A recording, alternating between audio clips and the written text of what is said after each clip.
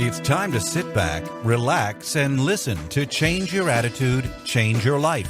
Change Your Attitude, Change Your Life will inspire, motivate, and empower you. Live your best life now.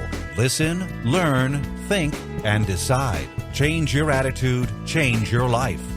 And now, here's your host, Joan Herman.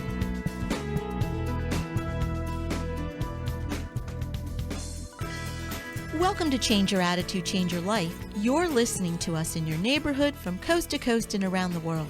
Thanks for tuning in. I'm Joan Herman, author, speaker, and your host. Change Your Attitude, Change Your Life brings you interviews with some of the most inspirational and influential people in the world. It's our goal to educate and empower you so you can live your best life now. Thank you for taking time for yourself, and thank you for letting us be a part of your life. We have another great show for you today. Joining me is Serena Dyer, author of the new book, Don't Die With Your Music Still In You, My Experience Growing Up with Spiritual Parents. Serena is the daughter of Dr. Wayne Dyer, and she's here to talk about life principles based on her father's book, 10 Secrets for Success and Inner Peace. Don't Die With Your Music Still In You has been an important principle for Serena, and she's going to tell us why. Welcome, Serena. Thank you so much for joining us today. Thank you for having me. It's nice to be here. Serena, Don't Die With Your Music Still In You is definitely one of my favorite principles for life. And as a matter of fact, it's a belief that has led me to do the work that I'm doing now in the second chapter of my life. So what prompted you to write this book, and why is this principle so important to you?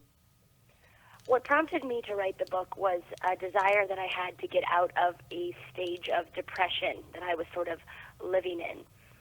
Basically, a few years ago, I was finishing graduate school, and I decided to enter into law school because I was afraid that I wasn't ready to enter into the real world, so to speak. So I thought I'll become a student for 3 more years because being a student was what I was comfortable with.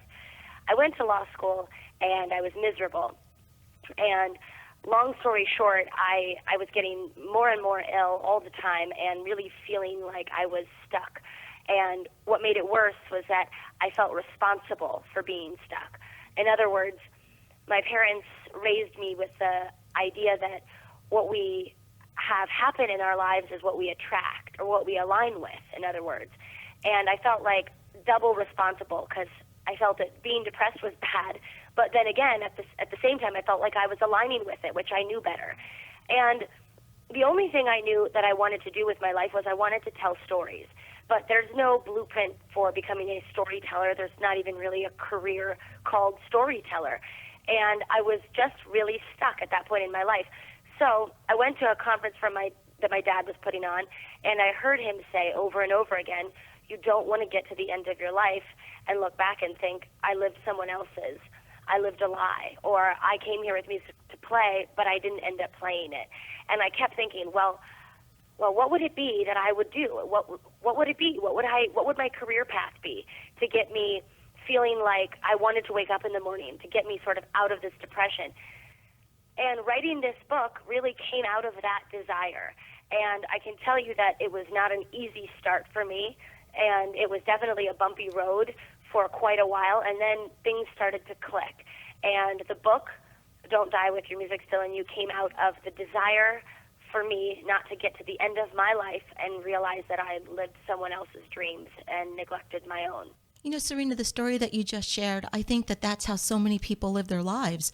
They're living it for other people. They're not doing what they really want to be doing, what would make them happy. And what would you say to someone who knows that he or she has music within, but is really afraid to play it? I would only be able to say what my experience has been. And my experience was I was really stuck because I felt like I knew kind of how I wanted to feel. And how I wanted to feel was excited to wake up in the morning and fulfilled when I went to bed at night. That's the only thing I knew.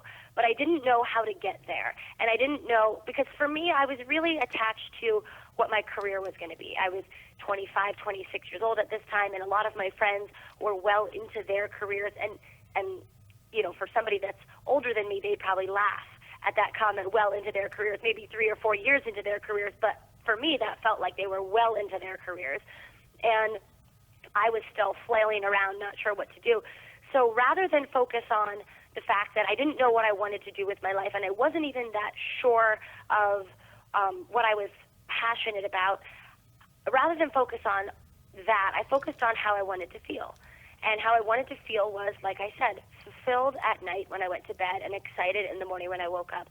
So I adopted a practice, and that practice was, rather than wake up every morning and think, this is another day of me feeling like a failure, another day of me feeling like a loser, which, if I'm being blunt, that is how I felt at that time. I woke up and set my alarm for, let's say I had to be up at 7 a.m. I would set one for 7 a.m. and one for 6:50 a.m. so that I would spend, when that first alarm would go off at 6:50 a.m., I would immediately hit it to go right back to sleep, because those last 10 minutes are so precious when you have to get up early. But I would go back to sleep with thank you. Now, I don't know what I was saying thank you for. I just felt compelled to say thank you.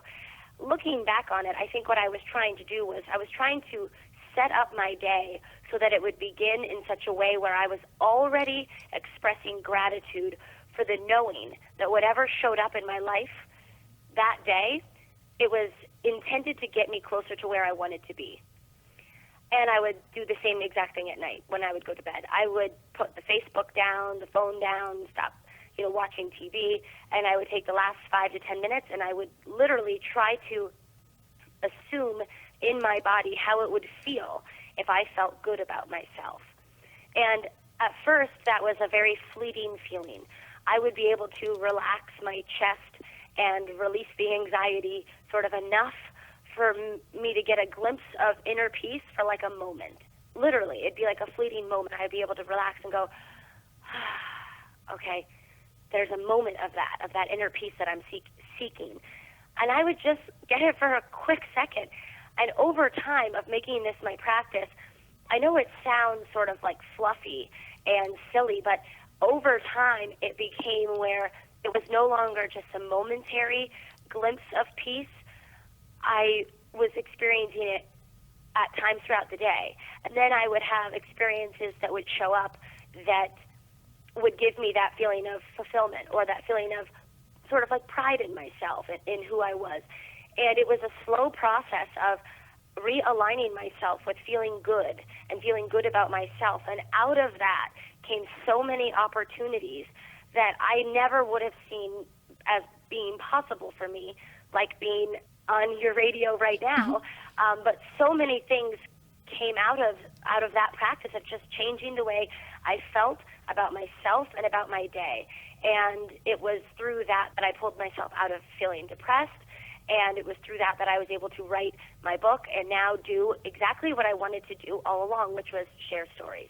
Now, Serena, a moment ago, you just mentioned that when you were in a moment of trying to figure out a direction, you attended one of your father's lectures, and something he said had a profound impact on you. And I'm sure anyone who has ever heard your father speak or any of his books has had a similar experience. So what was it like growing up with parents that really let you make your own choices and set your own direction? Would it have been easier to have ones that said, this is what you're going to do just because I say so? Would that have been easier? In moments that would have been easier, yes. And there are definitely times where I really desired that, where I wanted my parents to make a chart with me of pros and cons and then help me come to the conclusion at the end.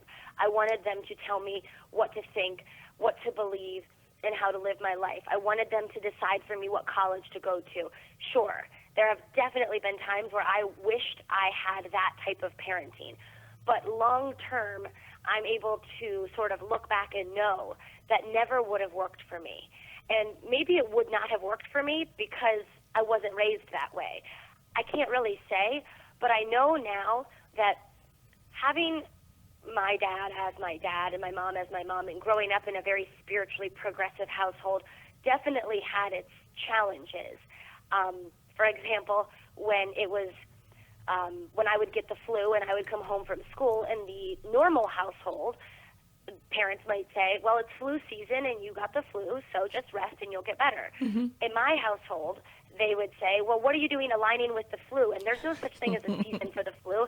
That kind of thing where, sure, it's definitely easier at times to place the blame or the cause of things that you don't want to happen in your life outside of yourself.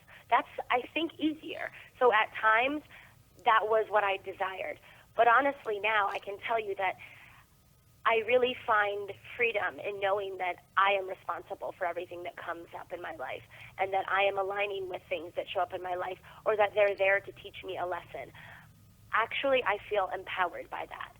So, sure, there have been times where there's been challenges and I've wanted the easy way out, but I know myself better than a lot of other people that I encounter, especially that are my age. And I think that's because my parents demonstrated that for me so beautifully. They really did. Well, and they also taught you that it's important for parents to follow their dreams. And I think that this is something so many of us miss out on, particularly women. We tend to think that we need to sacrifice everything for the good of our children. And in the end, really, I don't think anyone is happy. So how has the fact that they taught you by living it the importance of following your dream in life, how did that influence you? I often say that's the single greatest lesson that my parents have ever given me. And it wasn't something that they said, it was something that they did. They demonstrated for me that they were valuable enough in themselves to go after their dreams, no matter what it took. And in seeing that, I felt safe and secure to do the same. And I completely agree with you with what you said about women. I think that it's actually been harder for my mom to do that because I'm one of 8 children, and my mom birthed all of us, she raised all of us, and I think that she has had a harder time with putting herself first. And now, as I just got married and I'm getting ready to hopefully start my own family soon, I feel really compelled to want to not do that same thing. And now there are some people that might think, well, of course you put your children first. I don't mean place their needs after mine. I mean, I don't want to not live my own dharma or my own dreams because I'm a mother. I want to be able to live them because I'm a mother. I want my children to see me do it. And I think that's so important. And I also think that a lot of times in our society, something that I think is that I've heard women say things about how they've sacrificed their own dreams for their children, and the result is that their marriage has suffered, or their personal life has suffered, or their health has suffered, but it doesn't matter because they did it for their children. And I often think of what Viktor Frankl wrote in Man's Search for Meaning, which is that there's no honor in suffering if suffering can be avoided. There's only honor in finding meaning in suffering if you cannot avoid it. But if you can avoid suffering, then by all means, avoid it, because there's no honor in that. It doesn't make you a martyr. In fact, it makes you somebody that is given up on themselves. And who wants that as their example? Serena, how have the life principles that you've written about and the mindset that you were raised with, how has that helped you deal with the challenges that you've had within your family, your parents' separation, your father's illness? Has it better equipped you, do you think? I do think so. I think that having parents that teach you from a young age that things that happen in your life are things that you signed up to experience in this lifetime, I think that that actually has allowed me to feel like there's always a purpose in what I'm going through. There's always an opportunity to find meaning and an opportunity to grow and learn from it. And I think when we do that, we don't make the same mistake twice. It's something that I've had a painful time learning, not repeating the same thing, expecting a different result, sort of like getting out of a bad relationship, well, then entering into the next relationship, and it's just the same guy in different clothes. It's like, I think that I've learned from my parents to look for the opportunity to grow and to learn from everything that happens in our lives. And because of that, I think that it's allowed me to handle ups and downs with a little bit more compassion. Serena, why is it important for someone to treat him or herself as if he or she has already achieved what that person wants to be, that person's already what they want to become? Well, it's important because it's living from the end. In other words, it's not saying, dear God, please give me some peace. I don't have any peace. I would like a little peace in my life, and you never give me any of that. It's instead saying, make me a servant of your peace. Or in other words, use me to do and to teach what it is that I came here to do. And in doing this for other people, I will have redemption as well, or I will have the experience as well. It's also, I think, important because treating yourself as if you already are what you would like to create, in my opinion, or at least what I've been taught, allows you to align yourself more fluidly with what it is that you want. So I had an experience not that long ago where I was in a yoga class, and anybody that knows me well knows I'm not a huge fan of exercise, and it was a 90-minute, really hot class. And we got to the final pose, which is laying flat on your back. And this was like heaven for me. I was so grateful to have gotten through this class and to now be in the best pose, in my opinion, which was just laying flat. And it hit me. I don't know why, but it hit me that optimism and gratitude are sort of opposites. Optimism is the hope that things will work out. It's the hope that if you just keep a sunny attitude, things are all going to fall into place. Gratitude, in my opinion, is very different than that. It's almost like the opposite of that. Gratitude is the knowing that things are going to work out. It's not saying, dear God, please give me a little peace and I'll be really positive and then you'll give me some peace. It's saying, I already know that I will get peace from this situation that I'm in, and because of that knowing, I'm able to say thank you. And I think that's the definition of treating yourself as if you already are what you would like to create. I think it's like saying thank you even in the midst of the storm, because we know that the sun is still shining behind the clouds. The book is Don't Die With Your Music Still In You, My Experience Growing Up with Spiritual Parents by Serena Dyer. If you'd like to get more information, you can visit her website, serenadyer.com. Serena, thank you so much for joining us today. This is really, I believe, an important lesson that we all need to follow, that we have to live our dharma, we have to find our own path, and really just do whatever needs to be done so that we don't end with regrets and we fulfill whatever it is that we're here to do. So thank you so much for being here. Oh, thank you for having me. We'll be right back.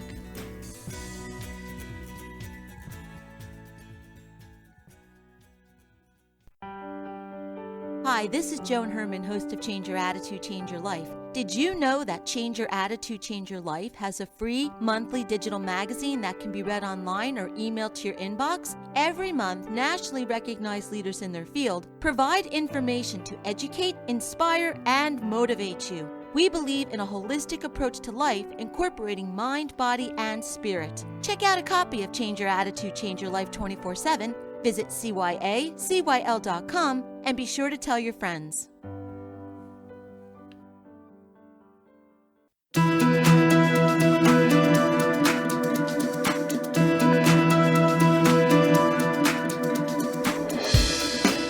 Thank you for joining us today. We hope you found the show informative. At Change Your Attitude, Change Your Life, we believe that knowledge is power. Take what you've learned, apply it, and live your best life now. Remember that the information provided are the opinions of our guests and should never replace the advice of a professional who knows your personal situation. If you'd like more information, visit our website, cyacyl.com. That stands for Change Your Attitude, Change Your Life. While on the site, listen to past shows on demand, read the digital magazine, take part in the book club, and be sure to follow the show on Facebook and Twitter. Until next time, this is Joan Herman. Thanks for tuning in.